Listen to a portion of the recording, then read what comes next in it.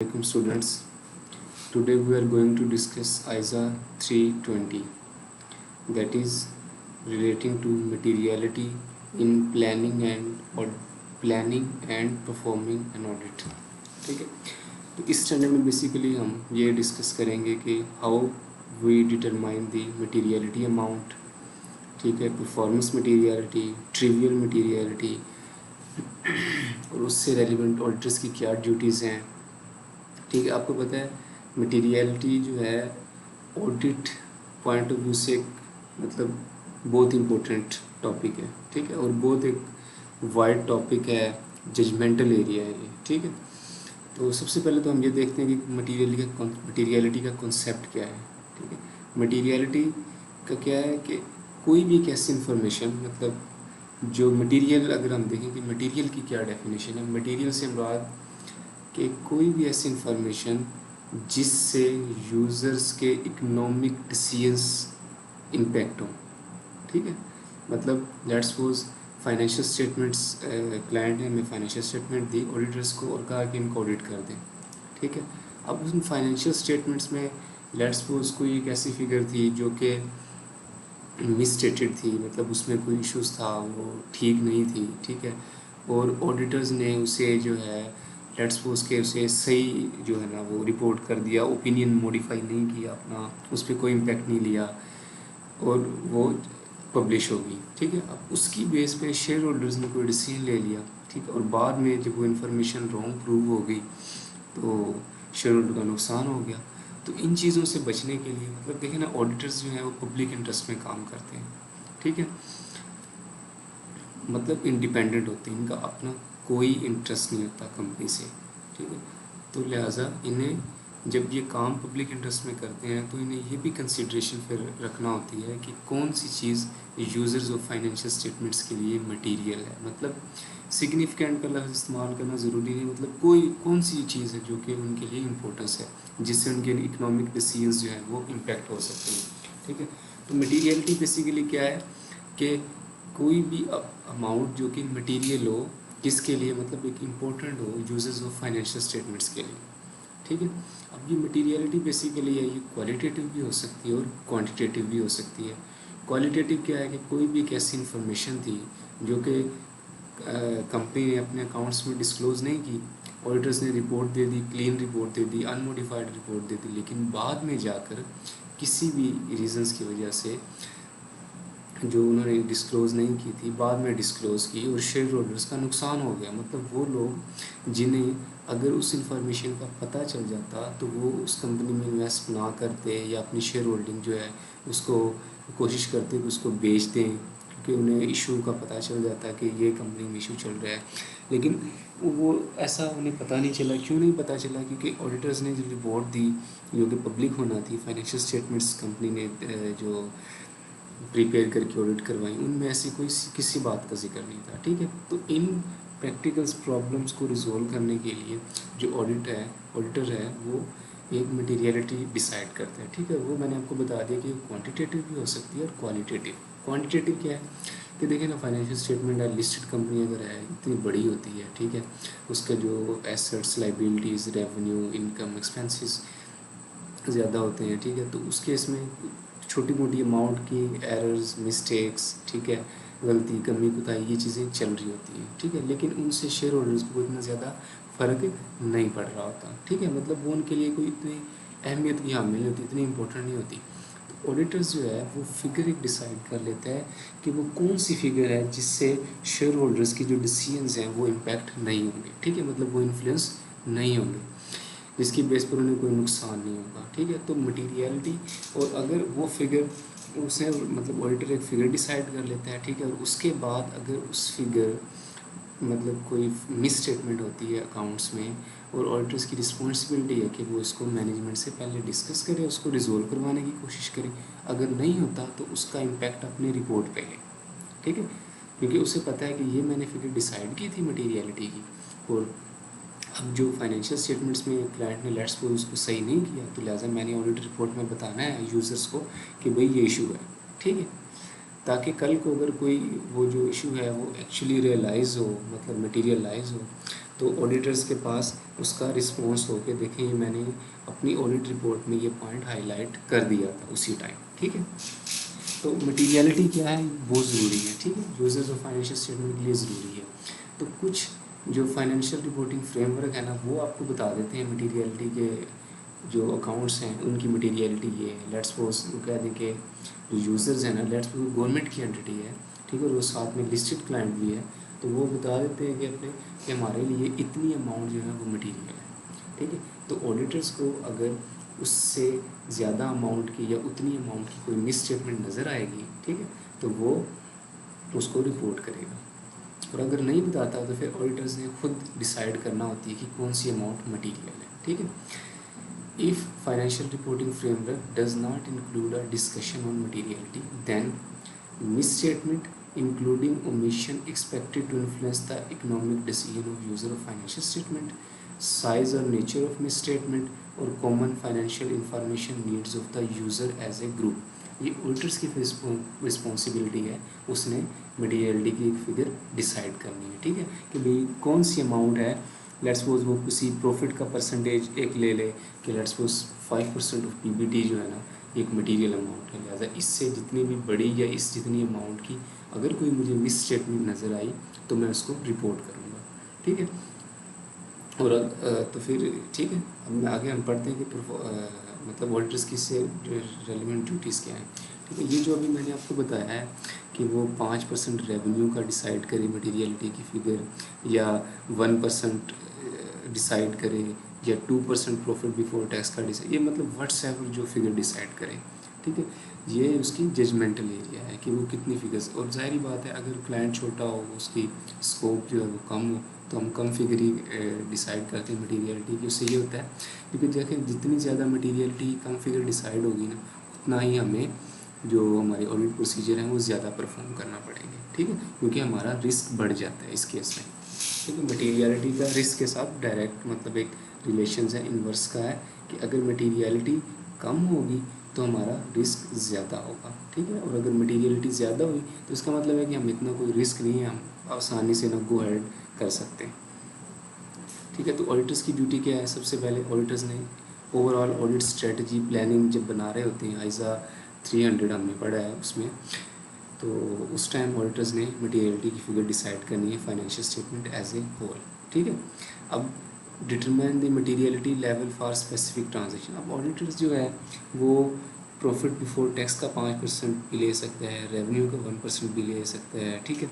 अब ये जो प्रॉफिट बिफोर टैक्स है, रेवेन्यू, ये क्या है, ये बेसिकली बेंचमार्क है, ठीक है, जिस पे एक हम कोई भी परसेंटेज अप्लाई करते हैं किसी भी चूज इन बेंचमार्क पे। अब बेंचमार्क क्या है कि किसी ऑडिटर्स ने रेवेन्यू ही क्यों लेना है बेंचमार्क, या प्रॉफिट बिफोर टैक्स ही क्यों लेना है, एसेट्स ही क्यों लेनी है, ये डिपेंड करता है कि उसकी मतलब एक बताया ना आपको कि जजमेंटल एरिया, ठीक है। लेट्स सपोज अगर उसे लगता है कि प्रॉफिट ओरिएंटेड एंटिटी है तो लिहाजा मैं इसका प्रॉफिट बेंचमार्क ले लूँ, उसकी जो फिगर है ना यूज़र्स के लिए बड़ी ज़रूरी है, तो उसमें कोई कमी कोताही ना हो, ठीक है। मतलब उसमें अगर कोई गलती हुई तो उनकी इकोनॉमिक डिसीजंस है ना वो इन्फ्लुएंस हो सकते हैं, तो इस केस में वो प्रॉफिट बिफोर टैक्स को अपनी मटीरियलिटी ले सकते हैं, ठीक है। अगर कोई एसेट मैनेजमेंट कंपनी है जैसे कि म्यूचुअल फंड वगैरह को जो हैंडल कर रही होती हैं कंपनीज, इस केस में जो उनके एसेट्स होते हैं, asset under management, AUM, these are very important, ठीक है। इस केस में ऑडिटर्स मोस्टली जो होते हैं वो एसेट अंडर मैनेजमेंट को बेंचमार्क लेकर मटीरियलिटी की फिगर डिसाइड करते हैं, ठीक है। इसी तरह अगर कोई कंपनी है उसमें रेवेन्यू जो है वो बड़ा एक इम्पोर्टेंट एलिमेंट है, मतलब सेल्स जो है उनकी, तो इस केस में वो सेल्स को ले सकते हैं। और अगर कोई हॉस्पिटल वगैरह है उस केस में आपको पता है वेलफेयर, अगर कोई हॉस्पिटल है तो वो उसमें यूजर्स के लिए जो इम्पोर्टेंट चीज़ होती है वो उसके एसेट्स हो सकते हैं हॉस्पिटल के, या उसके एक्सपेंडिचर हो सकते हैं कि हमें पता चले कि इस दफ़ा मैनेजमेंट ने मतलब उस हॉस्पिटल की गवर्निंग बॉडी ने, बोर्ड ऑफ ट्रस्टीज़ ने कितने खर्चे किए हैं वेलफेयर के लिए, ठीक है, तो वो उसमें इंटरेस्टेड होते हैं। तो इस केस में वो हम जो है बेंचमार्क जो है वो एक्सपेंडिचर्स को ले सकते हैं, ठीक है। अगर कोई कंपनी है वो अभी ओरिजिनेट हुई है, मतलब अभी वो स्टार्ट हुई है, स्टार्टअप है, ठीक है, इस केस में हम उसके तो उस केस में ना उनका मेन फोकस होता है एसेट्स बनाने पे, अपनी ग्रोथ पे, ठीक है, किस तरह रेवेन्यू को बढ़ाया जाए। वो एक्सपेंडिचर्स भी ज़्यादा कर रहे होते हैं क्योंकि स्टार्ट में आपको पता है रेवेन्यू इतना नहीं आ रहा होता, एक्सपेंसेस ज़्यादा हो रहे होते हैं। तो इस केस में हम एक्सपेंसेस को भी ले सकते हैं और हम इस केस में उसके एसेट्स को भी ले सकते हैं, ठीक है। तो ये बेंचमार्क जो है ना, ये बड़ी मतलब एक जजमेंटल एरियाज है। ये आप चीज़ों को डिसाइड करते हुए देखते हैं कि मैंने किसको लेना है, ठीक है। आप अगर कंपनी का गवर्नेंस स्ट्रक्चर, ओनरशिप स्ट्रक्चर इस तरह का है कि वो इंटरेस्टेड हैं प्रॉफिट में, ठीक है, तो आप प्रॉफिट को ले लें, शेयर होल्डर्स जो हैं, ठीक है। तो ये चीज़ें हैं जो कि डिसीजन पे इम्पैक्ट हो रही होती हैं कि हमने बेंचमार्क किसको लेना है। लेकिन आपको पता है कि आपने जो भी बेंचमार्क डिसाइड करना है ना, आपने अपनी ऑडिट डॉक्यूमेंटेशन में इसको ज़रूर डॉक्यूमेंट करना है, ठीक है, कि आपने इस आइज़ा के इस पॉइंट को कंसीडर किया था, ठीक है, आइज़ा 320 के। क्योंकि आपको पता है कि जब QCR वगैरह या जो रेगुलेटर्स हैं फाइल वगैरह चेक कर रहे होते हैं, तो ये भी इंश्योर करते हैं कि आपने आइज़ाज़ को कैसे कंप्लाई किया है, ठीक है। तो अब देखें कंप्लाइंस कैसे होती है, आपने उसको डॉक्यूमेंट करना होता है कि मैंने इस चीज़ को कंसीडर किया है, ठीक है। Anything not documented means not done, ठीक है। अगर आपने ये तो देख लिया कि मैंने जो है प्रॉफिट को बेंचमार्क ले लिया, लेकिन कहीं ये लिखा नहीं कि मैंने क्यों लिया है प्रॉफिट को, ठीक है। तो आपने ये रीजनिंग भी देनी होती है, आपने बताना होता है कि जी प्रॉफिट ओरिएंटेड एंटिटी है, शेयर होल्डर्स जो हैं वो ज़्यादा अर्निंग्स में इंटरेस्टेड हैं, इसलिए मैंने प्रॉफिट को ले लिया है, ठीक है। इस तरह की आपने इसको डॉक्यूमेंट करना है रीज़न को अपनी ऑडिट एग्जीक्यूशन की फ़ाइल में, प्लानिंग की फ़ाइल में, ठीक है। तो ऑडिटर्स की ड्यूटी क्या है जी, फाइनेंशियल स्टेटमेंट में से रेलिवेंट मटीरियलिटी डिसाइड करनी और प्लानिंग स्टेज भी होती है। आपको पता है ऑडिट के जितने भी स्टैंडर्ड हैं लिंक्ड हैं सारे, ठीक है। जब हम प्लानिंग स्टेज पे बैठे होते हैं तो हम ये डिसाइड कर रहे होते हैं कि मटीरियलिटी हमारी क्या है। उसके बाद materiality as a whole financial statement भी डिसाइड हो सकती है और किसी स्पेसिफिक ट्रांजेक्शन्स, किसी स्पेसिफिक जो है अकाउंट हेड की बेस पे भी हम डिसाइड कर सकते हैं, ठीक है। ये ऑडिट के जजमेंट, ऑडिटर्स की जजमेंट है, वो किस बेस पे उसको कर रहा होता है। और वो mostly economic decisions of users को देख रहे होते हैं कि किससे यूज़र के जो है इकोनॉमिक डिसीजन इम्पैक्ट हो सकते हैं, लिहाजा वो उन्हीं चीज़ों को कंसिडर करके मटीरियलिटी डिसाइड कर रहे होते हैं, ठीक है। अब जब मटीरियलिटी डिसाइड हो जाती है तो फिर लेट्स सपोज एक ऑडिटर ने मटीरियलिटी डिसाइड की 100 रुपीज़ का हमारा प्रॉफिट बिफोर टैक्स है और उसने 5 रुपीज़ मटीरियलिटी डिसाइड की, ठीक है। तो क्या ऑडिटर्स जो है इस 5 रुपये की मिस स्टेटमेंट को देखता रहेगा अकाउंट्स में कि अगर इससे कोई ये इस जितनी है इससे बड़ी कोई अमाउंट नज़र आई तो मेरे लिए मटेरियल है, तो ऐसी बात नहीं है, ठीक है। हम एक फिगर नई जो है डिटरमाइन करते हैं जिससे कहते हैं परफॉर्मेंस मटेरियलिटी, PM, ठीक है। परफॉर्मेंस मटेरियलिटी क्या है कि हमारी जो फाइनेंशियल स्टेटमेंट से relevant materiality as a whole थी उससे कम होती है। ये कम क्यों रखते हैं, क्योंकि हम इसलिए कम रखते हैं कि अपने रिस्क को कवर करने के लिए। लेट्स सपोज हम रख लेते हैं कि ये हमारी जो मटेरियलिटी एज ए होल निकली है ना उसका 50% हमारी परफॉर्मेंस मटेरियल थी, मतलब 2.5 रुपये, ठीक है। अब इस केस में क्या होगा कि हम अपना रिस्क बढ़ा रहे हैं, हम कह रहे हैं कि 5 रुपये मेरी टोटल मटेरियलिटी है, मटेरियलिटी एज ए होल है, लेकिन मेरी परफॉर्मेंस मटेरियलिटी 2.5 है। मतलब मैंने जो एग्जीक्यूशन करते हुए मिस स्टेटमेंट्स को देखना है ना, वो 5 रुपये वाली तो मटेरियल है ही, लेकिन मैंने 2.5 रुपये वाली देख रही है, ठीक है। वो किस लिए, क्योंकि ये भी हो सकता है कि मटेरियलिटी जो है ना, आपको पता है कि लाजमी नहीं कि एक ही अमाउंट मटेरियल है, ठीक है। ये भी हो सकता है कि एक अमाउंट जो है वो इंडिविजुअली तो मटेरियल नहीं है, ठीक है, लेकिन उससे छोटी छोटी अमाउंट मिल के वो मटेरियल हो जाती है। लेट्स सपोज आपने एक मिस स्टेटमेंट डिसाइड आइडेंटिफाई की जो कि डेटर्स के हेड में है, ठीक है, रिसीवेबल्स में, और वो 1 रुपीज़ की है। तो आप कहेंगे यार ये तो मेरी मटेरियलिटी जो है ना 5 रुपये उससे कम है। लेकिन किस आप ट्रेड एंड अदर पेबल्स में गए तो उधर आपको 2 रुपये की और नज़र आई, तो आप कहेंगे नहीं ये भी छोटी है, मेरी तो मटेरियलिटी 5 रुपये है या 2.5 रुपये है परफॉर्म, ठीक है। लेकिन अब देखें ये कंबाइन मिलके तो एक मटेरियल फिगर बना रही है ना, ठीक है, 1.5 और 2 3.5, ठीक है। तो ये मेरी परफॉर्मेंस मटेरियलिटी जो कि 2.5 थी उससे ज़्यादा है। तो मैं कोशिश करूँगा कि क्लाइंट से बात करके इसको रिजोल्व करवाऊँ इस इशू को। स्टिल ये मेरी जो है मटेरियलिटी एज ए होल से कम है, लेकिन मेरी परफॉर्मेंस से ज़्यादा हो गई है, ठीक है।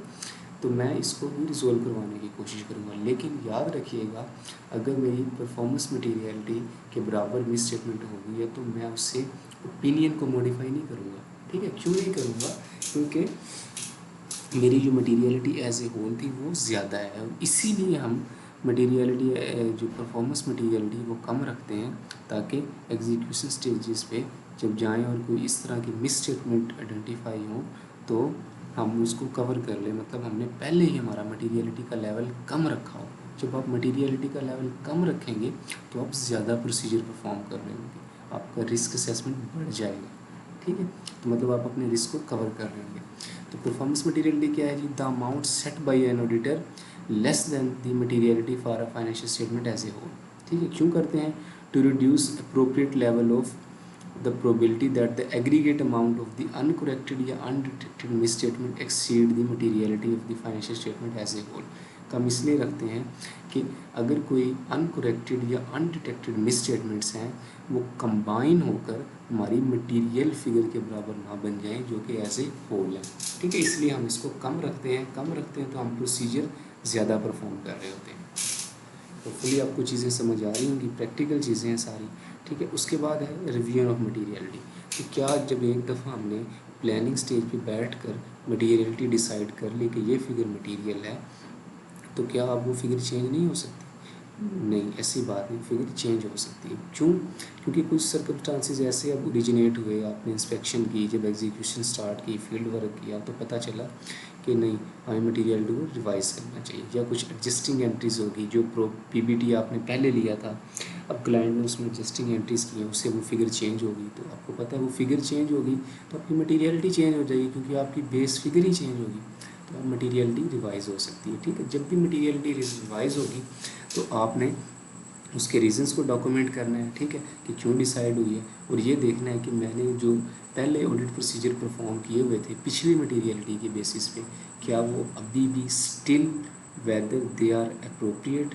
अगर नहीं तो आपने अपने नेचर, टाइमिंग और एक्सटेंट ऑफ ऑडिट प्रोसीजर को अब मज़ीद मतलब बढ़ाना है या कम करना है, ये डिसाइड करना है। ठीक है, तो आपने ये देखना है कि whether the nature, timing and extent of the further audit procedure remain appropriate. जो मैंने एग्जिस्टिंगली परफॉर्म किए थे क्या वो अप्रोप्रिएट हैं, जो कि मेरी पिछली मटीरियलिटी की बेसिस पे थे। अगर नहीं तो आपको अमेंड करने पड़ेंगे। मतलब लेट्स सपोज आपने उस टाइम लिया था प्रॉफिट 100 रुपीज़ आ रहा था, तो उसकी मटीरियलिटी 5 रुपये थी। ठीक है, तो अपने 5 रुपये की बेसिस पे अपना सैम्पल सिलेक्शन की और उसकी मिसस्टेटमेंट आइडेंटिफाई करते रहे उसी बेसिस पे। लेकिन अभी बाद में जाकर फाइनलाइजेशन स्टेज पे या मिड ऑफ द फाइनलाइजेशन या मिड ऑफ द एग्जीक्यूशन आपको पता चला कि नहीं जी, प्रॉफिट तो उनका बेसिकली 90 रुपीज़ है। क्यों 90 है? इन्होंने 10 रुपये का ना एक्सपेंसिव बुक किया हुआ था। लेट्स सपोज कोई राइट ऑफ किए एक्सपेंसेस बाद में ऑडिटर्स ने, कोई ट्रेड डेट्स खड़े थे काफ़ी पुराने, कोई ईसीएल के प्रोविजन डल गई, इस तरह की चीज़ें। तो इस केस में मटीरियलिटी को वो रिवाइज़ करेंगे। ठीक है, अब हमारी मटीरियलिटी 90 रुपीज़ की बेस पे 5% आ रही होगी, तो लिहाजा हम देखेंगे कि क्या हम पहले 5 रुपये को मटीरियल ढूंढते रहे हैं, तो क्या अब हमारे प्रोसीजर जो ढूंढते हुए परफॉर्म किए थे क्या स्टिल अप्रोप्रिएट है। अगर अब अप्रोप्रिएट हैं तो वेल एंड गुड। ठीक है, वरना आपको मज़ीद प्रोसीजर परफॉर्म करने पड़ेंगे या अपना लाए अमल जो है वो चेंज करना पड़ेगा। ठीक है, तो मटीरियलिटी क्या है जी? Judgement of materiality provides a basis for materiality की जो फिगर जज आप कर लेंगे, मैंने आपको बताया कि जजमेंटल एरिया है, ये आपको फिर बेसिस प्रोवाइड करती है किसकी? Determination of nature, timing and extent of risk assessment procedure. ठीक है, इससे आप अपना रिस्क डिसाइड कर रहे होते हैं कि कौन से मेरे रिस्क एरियाज़ हैं, या अगर मेरी मटीरियलिटी कम है तो मेरा रिस्क असेसमेंट हाई होगी, मैं चीज़ों को बड़ा क्रिटिकली इवेलुएट कर रहा हूँ। ठीक है, इस केस में identify and assessing the risk of material misstatement.